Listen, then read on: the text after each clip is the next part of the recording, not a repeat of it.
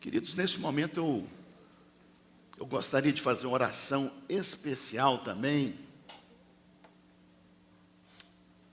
pelos filhos de todos que estão aqui, que têm filhos. Fique de pé, por favor.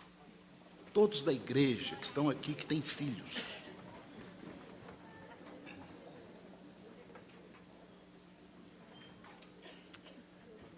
Eu fui visitar essa semana uma senhora. Os filhos foram criados na igreja. Eles, no exato momento, estão desviados do caminho do Senhor. Eu, como pai, tenho 3 filhos servindo a Deus e cada pastor aqui dessa igreja, nós temos a alegria de ter todos os nossos filhos servindo a Deus. E sabemos como que isso enche o nosso coração. O seu filho, com certeza, querido, é uma bênção. A Bíblia fala que os filhos são presente de Deus, são um galardão. Se você tem filho, você está de pé porque você foi presenteado por Deus. E aonde quer que esteja o seu filho neste momento, eu vou orar pedindo a Deus uma visitação, que receba o toque do Senhor. Talvez, não sei, o seu filho esteja desviado dos caminhos do Senhor. Talvez seu filho já esteja na bênção, estejam firmes nos caminhos do Senhor. Não importa.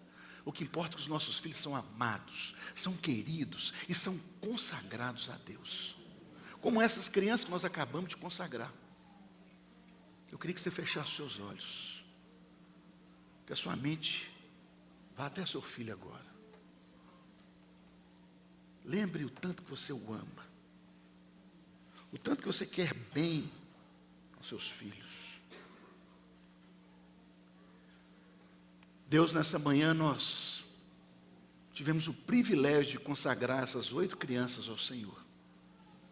Assim como Maria e José fizeram 2000 anos atrás, isso fez tanta diferença, Deus.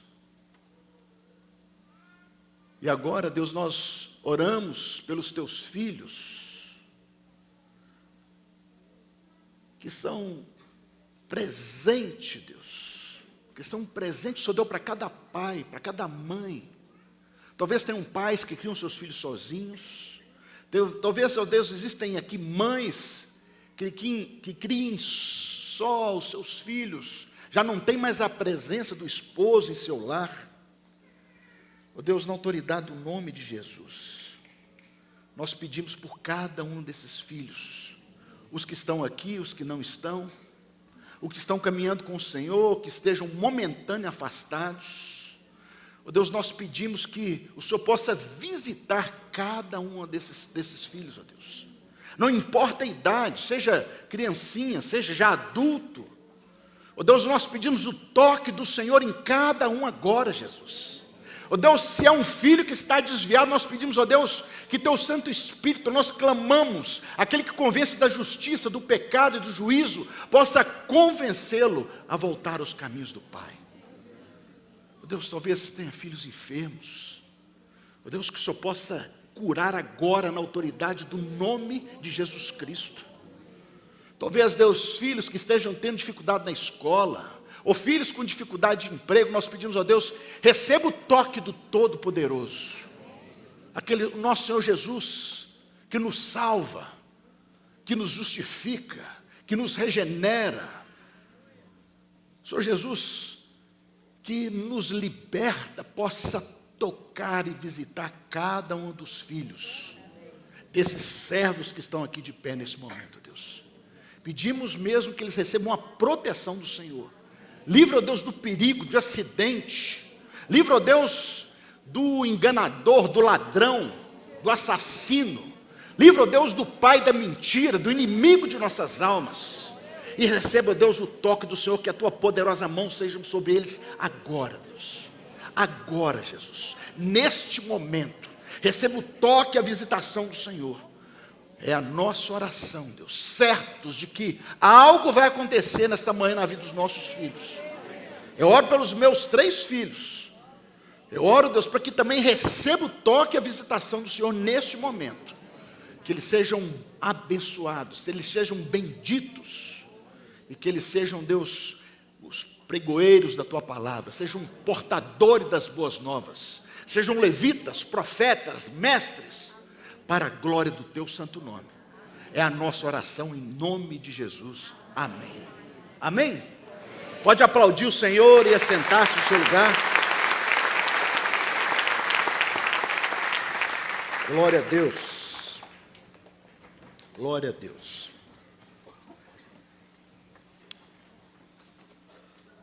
Por gentileza, abra a sua Bíblia no Evangelho de Marcos, capítulo 5.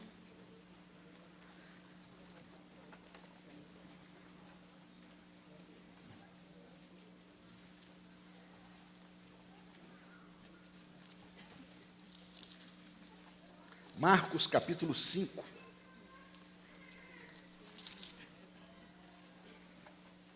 Verso 21. Marcos, capítulo 5, verso 21.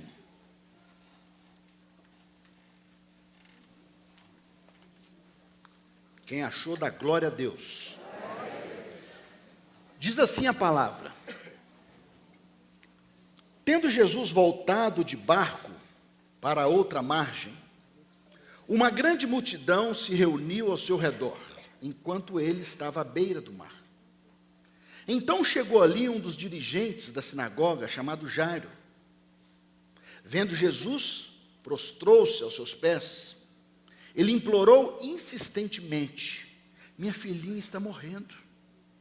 Vem, por favor, e impõe as mãos sobre ela, para que seja curada e que viva. Jesus foi com ele. Vamos agora para o verso 35. Enquanto Jesus ainda estava falando, chegaram algumas pessoas da casa de Jairo, o dirigente da sinagoga, com a má notícia. As pessoas chegaram da casa de Jairo com a má notícia e disseram: sua filha morreu. Disseram eles: não precisa mais incomodar o mestre. Não fazendo caso do que eles disseram, Jesus disse ao dirigente da sinagoga: não tenha medo, tão somente creia. E não deixou ninguém segui-lo, senão Pedro, Tiago e João, irmão de Tiago. Quando chegaram à casa do dirigente da sinagoga, Jesus viu um alvoroço, com gente chorando e se lamentando em alta voz.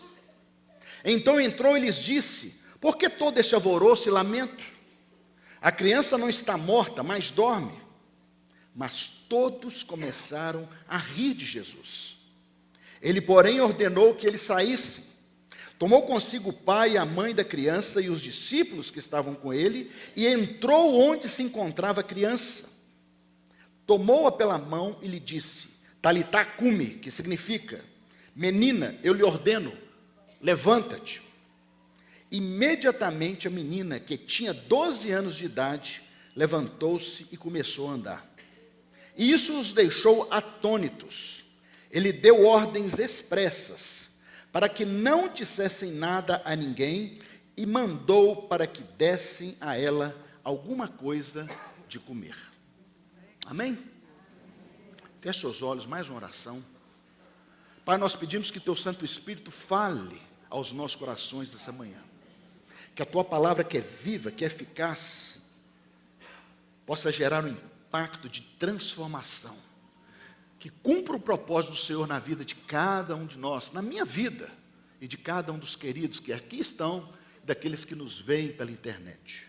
É a nossa oração em nome de Jesus. Queridos, eu meditava ontem, buscava de Deus uma palavra para dar aqui nessa manhã. E lembrei, obviamente, da minha profissão, daquilo que eu fiz durante mais de 20 anos, quase 30 anos. Eu fui um profissional que atuei muitos anos na área de logística. Logística. Talvez uma palavra desconhecida para alguns, mas logística é algo que, em tudo na nossa vida, nós dependemos de logística. Tudo que fazemos está relacionado com logística.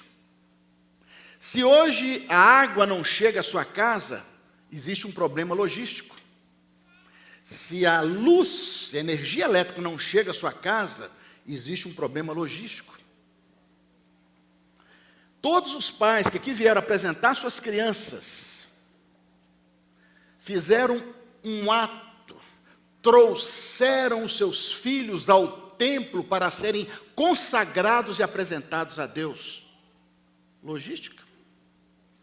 Os irmãos que têm restaurante, se a carne fresca não chega na hora certa, se as frutas e verduras não chegam na hora certa, um problema de logística. E nós vivemos no nosso país um problema logístico. Temos problemas para o escoamento de safras, temos problema nas estradas, e se você tirou alguns dias de férias nesse mês de janeiro, você viu como é difícil a logística de você ser levado a uma praia para usufruir de dias de descanso, com estradas esburacadas? Nós estamos falando de logística. E quando eu meditava nessa palavra, Deus trouxe a mim algumas passagens bíblicas, onde nós vemos que a logística, ela é presente em toda a Escritura, em grandes acontecimentos. Eu encontrei vários textos, mas para simplificar, talvez, nosso pastor, aqui tem complicado. Logística, de maneira simples, é você pegar algo e conduzir de um ponto A para um ponto B, com eficiência, com qualidade, com custos excelentes, digamos assim, no prazo para que se cumpra o propósito. Quando você traz algo de A para o ponto B no tempo correto, da maneira correta, você cumpre o propósito. E se você, por exemplo, às vezes a gente recebe cartão de Natal, e com um problema de logística, recebe o cartão 15 dias depois do Natal. Às vezes você compra um presente no site da internet para dar para alguém para o Natal, e quando esse presente chega para o Ano Novo. Logística. Ou seja, houve interferência nesse processo.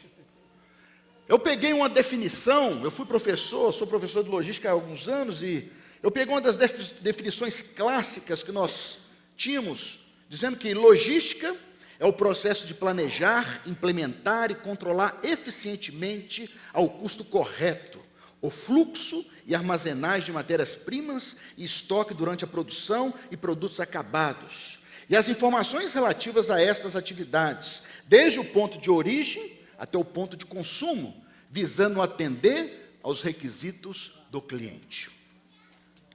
E quando eu comecei a meditar nas Escrituras, eu tive um tempo assim de louvor, de adoração, e me aquietei para poder ouvir a voz de Deus. Deus começou a mostrar para mim alguns textos. O primeiro texto, Gênesis capítulo 12, verso 1. Disse Deus a Abraão: sai da tua terra, de tua parentela e da tua casa de teu pai, e vai para a terra que te mostrarei. Ou seja, Abraão sairia de um local que ele conhecia, iria para um outro local que ele não conhecia. Nosso Deus iria mostrar. Imagine, queridos, os camelos que Abraão necessitaria, jumentos, jegues, cavalos, amarrar, acondicionar, tudo isso é logística. Achei também um evento de logística tremendo nas Escrituras, que inclusive motivaram alguns aí a produzir um filme, chamado Êxodo. Livro de Êxodo, capítulo 3, verso 10, disse: vem agora e eu te enviarei a Faraó para que tires o meu povo, os filhos de Israel, do Egito. Isso foi Deus falando com Moisés. Eu até vi o filme segunda-feira. Ficaria muito melhor se a pessoa seguisse fielmente as Escrituras. Ele tentou mudar. ele tentou inovar, piorou. Mas, queridos, o Êxodo é uma das maiores operações logísticas da história da humanidade. Mais de 1 milhão de pessoas saem do Egito, atravessam o mar com os pés enxutos e vagam 40 anos para o deserto. Queridos, naquela época não tinha caminhão, não tinha ônibus, não tinha avião, era camelo, cavalo, jegue, jumento e pessoas fortes. Imagina 1 milhão e milhares de pessoas saindo com os despojos do povo egípcio, indo para a terra prometida, porque Deus ordenou a Moisés que o fizesse. Imagina o trabalho, a organização. Achei também um evento logístico muito interessante aqui no livro de Josué. Josué capítulo 1, verso 10 e 11. Eu estou lendo a Nova Versão Internacional. Então deu ordem Josué aos príncipes do povo, dizendo: passai pelo meio do arraial, e ordenai ao povo, dizendo: provei-vos de comida, porque dentro de 3 dias passareis este Jordão, para que entreis na terra que vos dá o Senhor, vosso Deus, para possuirdes. Irmãos, o povo já tinha vagado 40 anos pelo deserto. Moisés desagradou a Deus, não pôde tomar posse da terra prometida. E Josué, cabe então a Josué a finalização do maior evento logístico da história da humanidade, onde o povo hebreu sai do Egito, passa 40 anos no deserto e entra na terra que manava leite e mel. Eu vi outros textos também. 1 Crônicas, capítulo 15, verso 15. Os filhos dos levitas trouxeram a arca de Deus aos ombros, pelas varas que nela estavam, como Moisés tinha ordenado, segundo a palavra do Senhor. Conduzia a arca. Como eu falei para a senhora essa manhã, filha, abra uma cela na sua casa. Abrir uma cela na nossa casa é como trazer a arca. Isso é um evento logístico. Você traz pessoas que estão nas trevas e levam as pessoas para a luz. É a melhor logística que pode acontecer na vida de uma pessoa. 2 Samuel, capítulo 6, versos 6 e 7.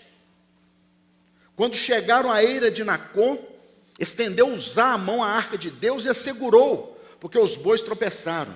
Então a ira do Senhor se acendeu contra Uzá, e Deus o feriu ali por esta irreverência, e morreu ali junto à arca de Deus. Davi tinha visto que quando a arca estava na casa de Obed-edom, Deus prosperou Obed-edom e toda a sua família. Tiraram a arca de lá, iam levar para a cidade de Davi. Mas como logística tem que levar eficientemente.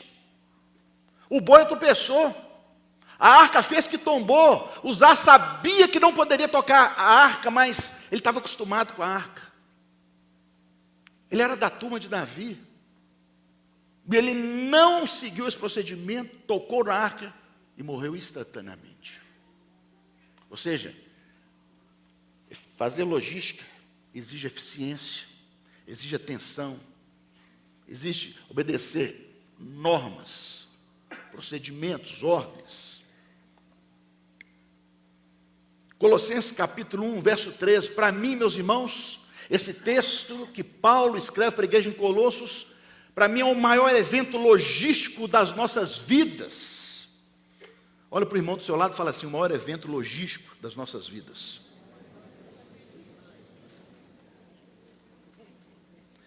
Pois ele nos resgatou do domínio das trevas e nos transportou para o reino do seu Filho amado.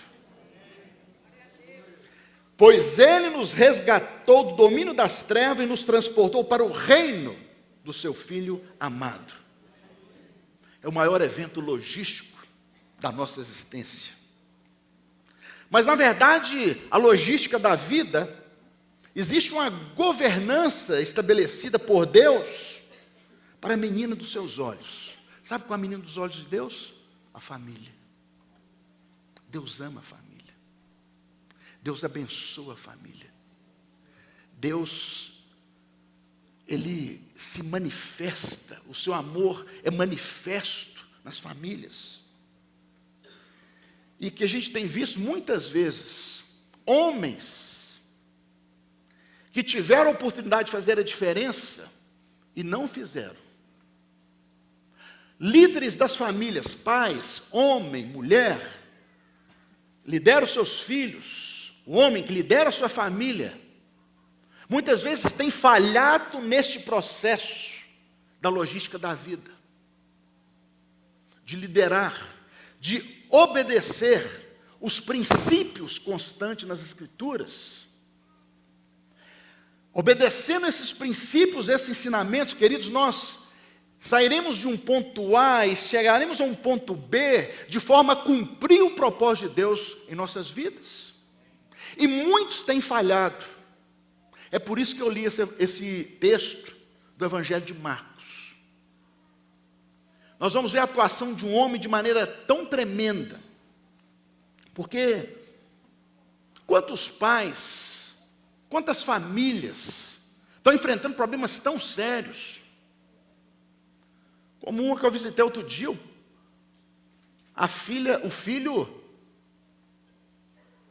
que usa droga de maneira contumaz, pegou a mãe pelo pescoço, apertou. Você imaginar que é um jovem que, quando criança, servia a Deus, conhecia a palavra de Deus. O que aconteceu? O que está acontecendo com as famílias? A gente vê casais sem romantismo, sem viver a plenitude conjugal, famílias perderam a capacidade de diálogo, de comunicação, filhos abusados, agressivos, e como a gente tem visto, até filhos assassinos. Constituição de famílias apenas no conceito de união estável, ou seja, mudando a forma que Deus criou a família. Casais, famílias sendo formados por pessoas do mesmo gênero, contrárias às Escrituras. Famílias que não se sentam mais à mesa. Cada um no seu mundo, no seu quarto, na sua TV, no seu computador, no seu celular. A família é claramente o alvo predileto do nosso adversário. Então, a gente tem visto então que essas pessoas nesse contexto têm tomado algumas atitudes. Eu quero falar justamente da atitude desse homem chamado Jairo, que nos inspira para que nós saímos aqui nessa manhã rica e poderosamente abençoados. Eu já estou abençoado, já pude ir para casa. Depois da oração que o pastor Luiz fez, depois desse momento de apresentação de crianças, depois de nós seguirmos um preceito bíblico, de apresentarmos e consagrarmos os nossos filhos a Deus, eu já poderia ir para casa. Mas a gente vê que os pais, os responsáveis, estão ocupados demais para agir. Aliás, muitos têm sido indiferentes à vida dos filhos. Indiferença é o contrário de amor. O contrário de amor não é ódio, é indiferença. Ou seja, não lideram suas casas, não agem quando devem, são omissos. Vemos pais que não vigiam seus filhos, não exercem influência sobre eles, têm terceirizado a educação dos seus filhos, têm negado o ensinamento de elementos básicos, inclusive da palavra de Deus, que é a necessidade maior que um pai deve ter, é pregar e ensinar para os seus filhos a palavra de Deus. São pais ausentes. Vimos que, em geral, não cuidam, não dão a devida importância à sua relação com Deus. Queridos, longe de Deus, nós vivemos a limitação humana. O maior problema das famílias é a ausência de Deus. Eu pedi os irmãos que colocassem uma foto que eu separei aí para mostrar para vocês. Nesse mundo pós-moderno, vemos então passividade e indiferença dos pais. Mas, se você talvez nunca tenha visto um milagre, eu quero mostrar para vocês um milagre. Aquele ali é o Anderson Cobra e a sua esposa Natália. Estão nos assistindo agora pela internet. Eu tirei essa foto lá sexta-feira. Eu e a Astrid visitamos o Pedro que nasceu com 3,2 kg, e a Gabriela, que nasceu com 1,960 kg. O Anderson, servo de Deus, com 1 ano de casado, sofreu um assalto, tomou um tiro. E hoje, para se locomover, ele precisa de uma cadeira de rodas. Ele fez vários processos para efetuar a inseminação artificial, coleta, dos seus espermatozoides. E o que estava acontecendo durante as 4 primeiras coletas é que o nível de espermatozoide estava menos de 5% de motilidade. Ou seja, não tinha espermatozoide suficiente. E um dia nós fizemos um clamor. Chegamos para o Anderson e perguntamos: Anderson, o que você quer de Deus? A gente esperava que ele dissesse: eu quero voltar a andar. Ele não disse isso, ele falou: eu quero ser pai. E aí nós temos aqui as nossas sextas-feiras de oração, ali na IBC1, tem mais de 2 anos e meio, ininterruptamente, toda sexta, 6h30 às 8h, recebi lá a Natália com a sua sogra. Fizemos um clamor e pedimos. Eu gosto muito dos termos rurais, porque a Bíblia ela é toda rural, com exemplos rurais. Eu falei: olha, lá na fazenda, lá em Nanuque, quando a gente coletava sêmen de um touro, a alegria nossa é ver um turbilhão 5. O que é isso? Quando você olha no microscópio, você vê toda a lâmina tomada por motilidade de espermatozoides, ou seja, é um touro que vai gerar sêmen, vai dar muito lucro para o seu proprietário. E eu ministrei na vida do Anderson: Anderson, vai ter turbilhão 5. Deus vai fazer um milagre. Vai ter espermatozoide para dar, para vender, para doar. Eis que o Anderson faz mais um exame. De menos de 5%, pastor Luiz, foi para mais de 70%. E aí, a pequena Natália Cobra ficou grávida de gêmeos. Porção dobrada, recalcada, sacudida e transbordante.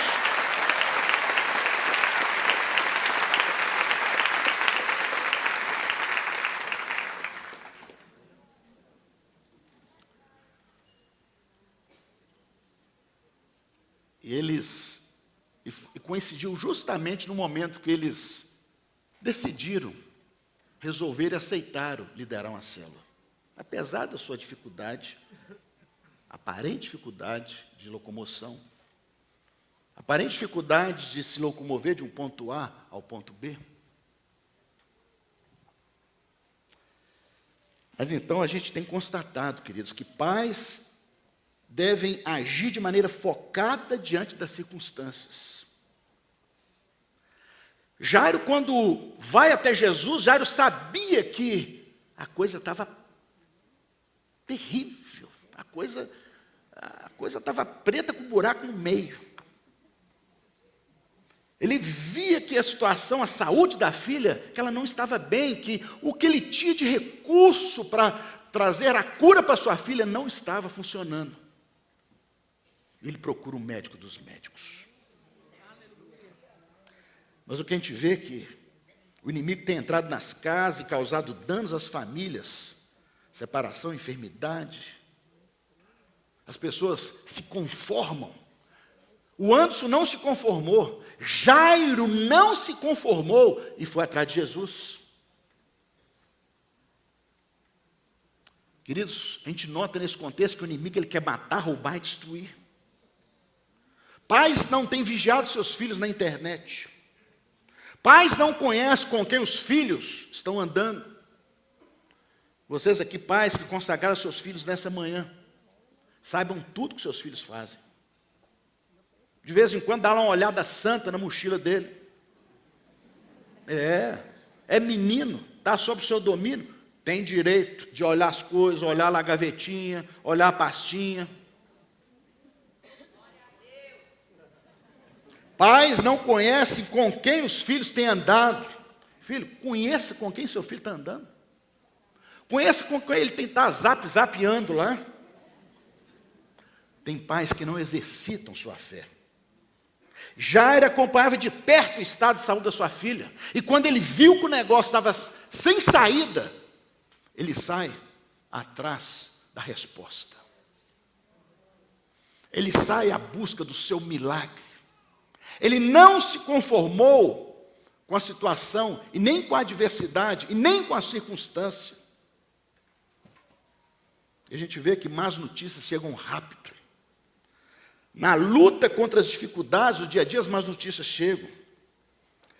Além da má notícia chegar rápido, sempre existem pessoas aos nossos lados que trazem desânimo. Como se a própria má notícia já não bastasse. Quando Jairo vinha com Jesus, a má notícia chegou.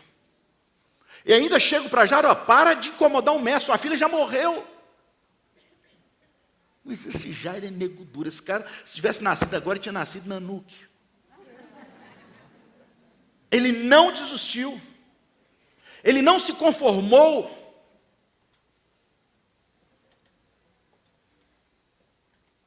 E no alvoroço da tribulação, pessoas à nossa volta tentam inibir o agir de Deus. Quando Jesus chega na casa de Jairo, e Jesus fala, que alvoroço é esse? Vocês têm que lembrar que naquela época, quando alguém morria, além de você ter o sentimento de perda, você tinha que gastar dinheiro pagando carpideiras para ficar chorando em volta do falecido ou da falecida. E Jesus chega lá na casa de Jairo. E as pessoas riram de Jesus. Mas pastor, o senhor está só falando as coisas ruins. O que fazer? Queridos, eu recebi nesse texto uma inspiração, obviamente motivado pela apresentação das crianças aqui nessa manhã. Eu falei, Deus, me dá uma palavra que tenha família, que tenha criança, que tenha... E foi esse texto que me veio. E eu tenho aqui, queridos, alguns ensinamentos para a gente extrair desse texto, dessas verdades bíblicas, para fazer diferença na sua vida. Para que você saia daqui um pai, uma mãe diferente. Para que você saia daqui líder de família, rico e poderosamente abençoado pela palavra de Deus, vai produzir resultados que vai fazer diferença na sua vida para sempre. Vai fazer diferença na vida dos seus filhos. Vai fazer diferença na sua família. Eu vejo aqui no verso 2, verso 22, vejo que o primeiro ensinamento é que o pai é o sacerdote da casa. Sacerdote paga preço. Sacerdote busca e clama a Deus. Jairo se prostrou diante de Jesus sem se importar com o que as pessoas iriam dizer. Queridos, os pares de Jairo naquela época eram inimigos de Jesus, odiavam Jesus, queriam matar Jesus, não criam na mensagem de Jesus. E o líder da sinagoga daquele povo queria matar Jesus, se prostra diante de Jesus. Mas Jairo era o sacerdote da sua casa, não só como principal da sinagoga, mas era sacerdote da sua casa, e como sacerdote da sua casa, ele sabia que a sua esperança, a sua confiança estava em Jesus Cristo de Nazaré. Jesus era e é, e sempre será, a solução para a sua tribulação. Repita comigo, Jesus é a solução para a minha tribulação. Segundo ensinamento que eu tiro desse texto, o nosso socorro vem do Senhor. Os pais devem buscar a Deus. Vocês pais que vieram apresentar os seus filhos ao Senhor, busquem a Deus, tenham tempo com Deus, tenham intimidade com Deus, busquem respostas em Deus. Pais devem gastar tempo de oração pelos filhos. Eu me lembro de um casal que hoje são líderes aqui nessa igreja, 32 anos, eles eram da terceira presbiteriana lá do pastor Mário Freitas. E as filhas, eles têm 2 filhas, as filhas se desviaram dos caminhos do Senhor quando fizeram logo 18 anos de idade. Desviaram mesmo, mundão, balada, rock and roll, bebida, droga, não dormir em casa. Tudo que um pai chora quando isso acontece. Mas essa irmã, e esse irmão, eles oraram a Deus, buscaram a Deus. Ela chegou a liderar no Brasil um movimento que chama Desperta Débora, de mães que oram pelo menos 15 minutos diariamente pelos seus filhos. E um dia, num movimento logístico tremendo, uma das suas filhas foram alcançadas por uma das nossas células, se reconciliou com o Senhor. E logo a seguir, a sua outra irmã também, nesse movimento logístico santo de trazer as pessoas das trevas para o reino do amado que é Jesus, também teve um encontro com Jesus. Hoje, as duas filhas são líderes de célula. Hoje, os pais são líderes de célula.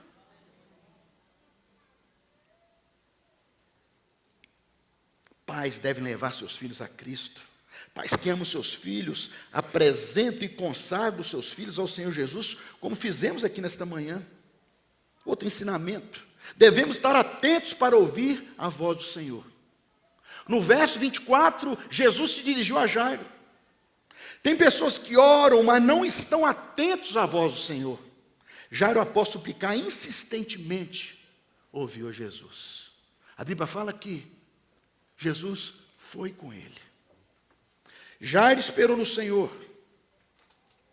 Muitas pessoas querem marcar o tempo para o agir de Deus, querem um evangelho instantâneo. Muitos querem um pai de santo gospel. O que Jesus promete, queridos, Ele cumpre no tempo dEle. Ore e ouça a voz de Deus. Escute a voz de Deus. Que o nosso Deus fala. O nosso Deus fala. O nosso Deus se revela. O nosso Deus age. O nosso Deus se manifesta. E como nós cantamos, vamos cantar daqui a pouco de novo, o nosso Deus é fiel.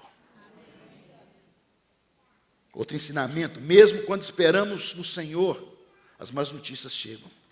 Deus, o que devo fazer? Me conformar? Esperar passivamente a má notícia? No dia a dia, queridos, devemos exercitar a nossa fé. Hebreus 11:1 diz: ora, a fé é o firme fundamento das coisas que se esperam e a prova das coisas que não se veem. Jairo exercitou ao extremo a sua fé. Hebreus 13, verso 7 e 8 diz: lembrai-vos dos vossos pastores, que vos falaram a palavra de Deus, a fé dos quais imitai, atentando para a sua maneira de viver. Jesus Cristo é o mesmo ontem e hoje e eternamente. Sejam nossos imitadores, como esses pastores dessa igreja. Sejam imitadores do pastor Alexandre, sejam imitadores do pastor Luiz, sejam imitadores do pastor Luiz Barros, sejam imitadores do pastor Volpe, como nós somos de Cristo. Eu me lembro de um casal, de um jovem, estavam noivos e iam se casar, e me procuraram, ia fazer o casamento, só que estavam em pé de guerra com a sogra, a mãe com o filho, e a mãe com a nora, ameaçando em não ir no casamento. Promovi alguns encontros, foram os encontros mais tensos que eu já tive na minha história de vida pastoral. Eu me lembro que o pastor Luiz Jesus estava lá no Haiti, e essa mãe mandando mensagem, me detonando lá com o pastor Luiz Jesus. Mas nós não nos conformamos. Nós cremos na fidelidade de Deus. A Astrid teve momentos tensos com essa senhora. E hoje, ela está na minha célula. Apaixonada com Jesus. É assim que Ele faz, filho. Devemos agir com base nas promessas de Deus. Quem vive pela fé, pisa em terreno de milagres. Deus não promete ausência de luta. Eu vou repetir. Deus não promete ausência de luta. Mas a vitória é certa. Porque o nosso Deus não conhece derrota. Jesus disse a Jairo: Não temas, crê somente. Queridos, nessa manhã, não temas, crê somente. É interessante que no original, é como que se dissesse assim: pare de temer, continue crendo. E finalmente, Jairo, ele completou um trabalho logístico. Ele levou Jesus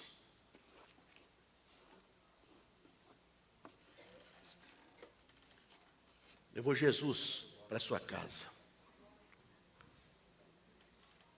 Ele levou Jesus para a sua casa. Quantos pais têm levado lixo para suas casas? Outro dia, uma irmã queria tirar a célula da casa dela. E nós fomos conversar com ela. Ela falou: não, pastor, desde que essa célula veio aqui para casa, meu marido está vendo demônios à noite, está vendo vultos. Eu falei: ah, é, irmã? Foi engraçado. Geralmente é o contrário, né? Quando a gente leva a célula para casa, quando a gente leva a arca da aliança para nossa casa, o bicho é que sai, que vai para o quinto dos infernos. E aí conversa vem, conversa vai. A minha esposa é de uma sabedoria assim. Deus, a hora que derramando sabedoria, começou a derramar sobre minha esposa, esqueceu. Opa, derramou demais, derramou demais. E a Astrid foi com jeitinho com ela. Eu, inclusive, fiquei me atrapalhando. Eu assisti o Big Brother à noite. Como é que é, irmão? Não, porque eu gosto de assistir o Big Brother de madrugada. É porque de madrugada parece que o negócio é sem cortes, né? Então, a bendita, a abençoada, achando que o marido está vendo demônio por causa da célula. Está vendo demônio porque a única coisa que ela conseguiu levar para casa foi demônio. Para ver esse Big Brother Brasil. Filho, presta atenção no que você tem levado para sua casa. Jairo chegou em casa com Jesus. João, naquela visão, na ilha de Patmos, em Apocalipse capítulo 3, verso 20, ele diz: ele reproduz ali a fala de Jesus, fala assim: eis que estou à porta e bato.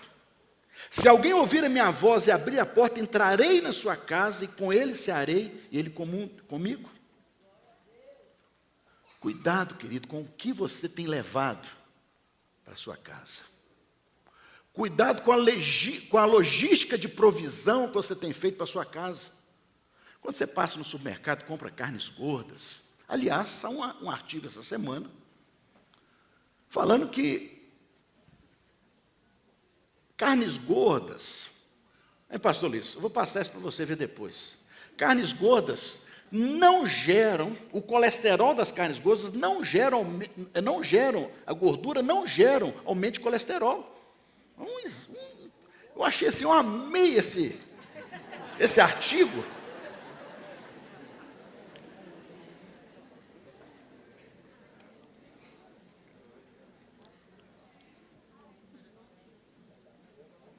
Mas o meu desafio para você nessa manhã: faça uma logística perfeita. Leva Jesus para sua casa. Quando levamos Jesus para nossa casa, um milagre acontece. Quando levamos Jesus para nossa casa, superamos a limitação humana e vivemos o sobrenatural de Deus. Luiz, agora eu preciso daquele microfone. Não abra mão do seu casamento. Não abra mão dos seus filhos. Leve Jesus para a sua vida, para a sua família, para a sua casa. Jesus foi levado por Jairo para a sua casa, e onde havia morte, houve vida. E vocês vão ouvir agora um rápido testemunho de um irmão que levou Jesus para a sua casa. Ele vai contar para nós como foi antes e depois. Se a câmera ali conseguir acompanhar. Gustavo Franco. Chega mais para frente, Gustavão. Destrava aí as rodas.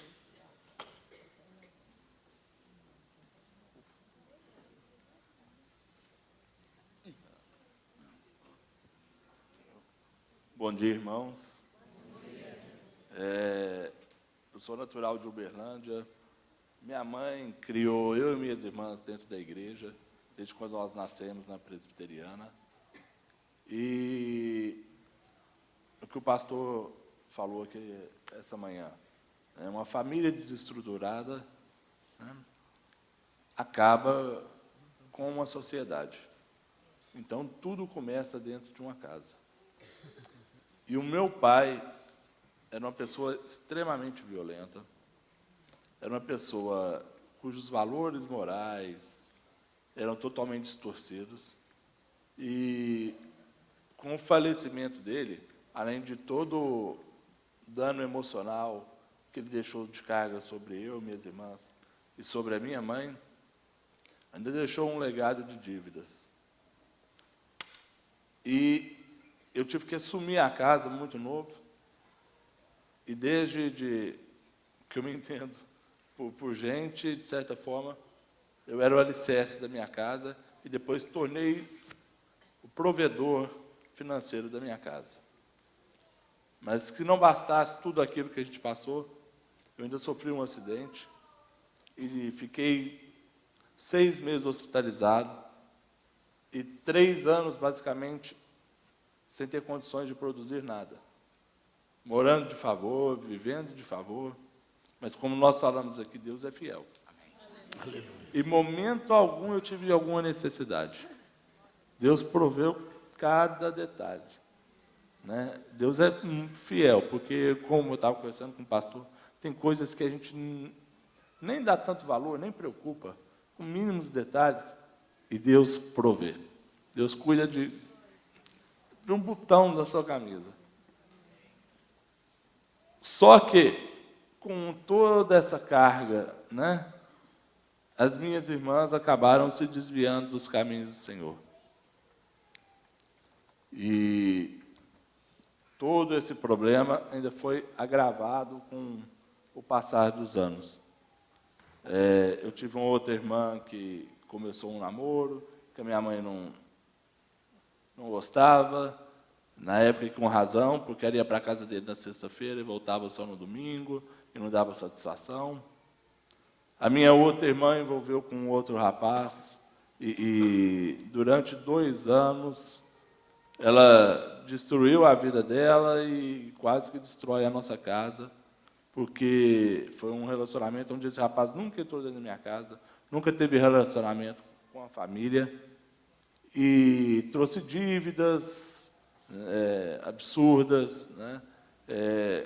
Ela ficou totalmente transformada, perturbada, e as pessoas, a Marina, quando a gente começou a namorar, ela mesma falava, eu não consigo entrar na sua casa e ficar lá, porque eu não tenho paz ali.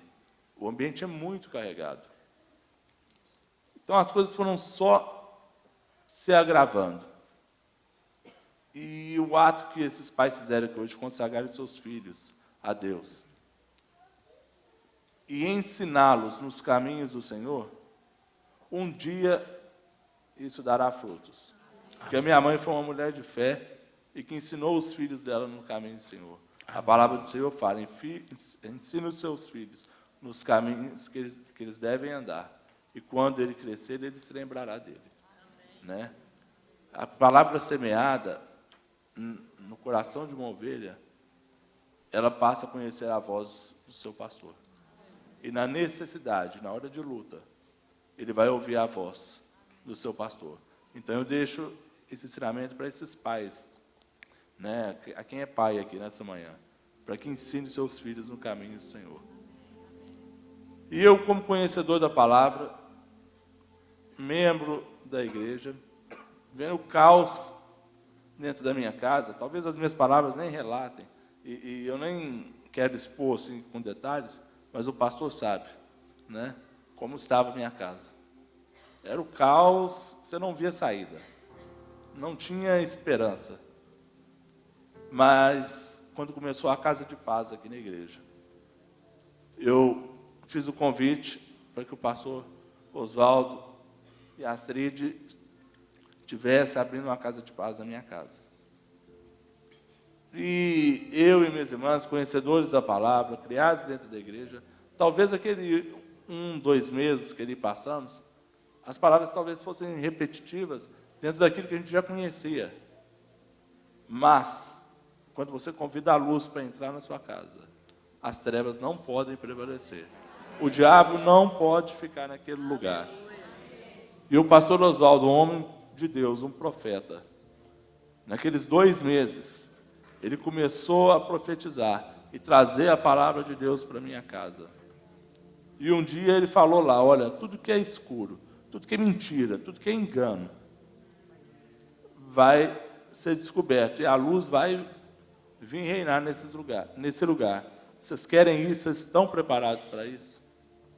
E nós abrimos o coração e a casa para que aquela profecia, né, se cumprisse. E ele foi profetizando bênçãos financeiras, emocionais, de relacionamento. E a Casa de Paz terminou em dezembro. E em janeiro aconteceu um turbilhão que muitos poderiam pensar de desgraça, porque tudo que estava escuro, tudo que estava errado veio à tona, né? Então foi preciso advogados, justiça, psiquiatra, uma série de fatores para que pudesse tratar a minha casa. Isso, gente, foi em dezembro de 2013. Em fevereiro de 2014, começou uma célula na minha casa, liderada pelo Anderson Cobra. Anderson Cobra, aquele da foto. E a partir dessa célula, e da profecia, e do passo que nós demos, de colocar Deus na minha casa, o que Deus tem feito é o que fala na palavra dele, para aqueles que o amam e buscam. Que nem olhos viram, nem ouvidos ouviram, nem penetrou em coração humano. A minha irmã do meio, ela tinha um trabalho, ganhava pouco, e era extremamente consumista, então ela começava o mês já sem nem R$1 para comprar uma bala. Não, isso é verdade, ela já começava, se ela quisesse comprar uma bala, ela não tinha dinheiro. Isso em fevereiro de 2014, hein? Em setembro de 2014, essa minha irmã casou, com um emprego melhor. Ela, com o recurso dela, comprou um apartamento, pagou à vista e mobiliou com o que tinha de melhor. Né? Deus, na sua infinita misericórdia, me presenteou com a Marina, um presente de Deus. Né?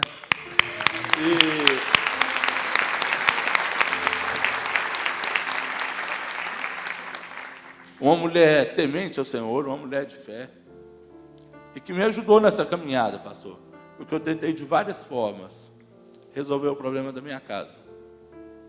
Mas ela sempre me falava, olha, tem que levar Deus, é preço de oração, é jejum e oração.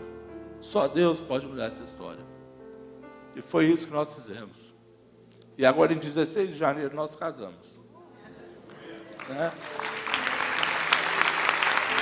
Casamos com uma pessoa que, acidentada, acamada, sem trabalhar, com dívidas, sem nenhum recurso. Deus me deu condições físicas e casamos sem dever R$1, com um apartamento pago maravilhoso, com uma lua de mel fantástica. Né? A minha outra irmã, que trouxe todo esse outro problema, essa semana, em nome de Jesus, nós estamos concretizando a compra do apartamento dela, pagando à vista, sem dever R$1. Mas eu não quero falar para vocês só das bênçãos financeiras, porque muitos talvez ao me ver aqui estivessem como o Anderson, pensando que eu fosse falar do meu milagre físico, né? Mas a maior paralisia que o ser humano pode ter não é uma paralisia física, porque essa não me impediu de trabalhar, não me impediu de casar, não me impediu principalmente de estar nos caminhos do Senhor. É a paralisia espiritual e da alma, porque essa mata, e é morte eterna. E eu sei que tem muitas famílias aqui essa manhã que talvez estejam paralisadas, né? Com paralisia espiritual. Eu quero desafiar cada um de vocês, sabe, a trazer a casa de paz para os seus lares e crer no Deus do impossível. Porque eu não detalhei o que estava acontecendo na minha casa aqui, mas eram horrores, horrores. Vocês possam pensar em desgraça e sem esperança alguma, e Deus mudou a sorte da minha casa. Creiam num Deus fiel, que onde Ele entra, as trevas não podem prevalecer. Esse é o nosso Deus.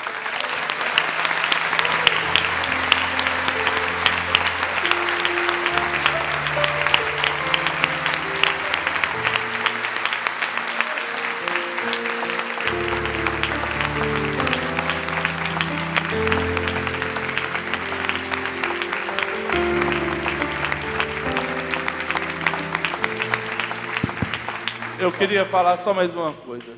Se tem pais aqui nessa manhã, cujos filhos estão desviados do Senhor, ou em drogas, depressão, doença, desvio de conduta, seja lá qual for o problema. Siga o exemplo da minha mãe, uma mulher de fé, que criou os filhos dela nos caminhos do Senhor, e que mesmo se desviando, ela pagou um preço de oração. E ela está colhendo os frutos hoje. Né? Não desistam da sua casa, dos seus filhos. Amém. Glória a Deus.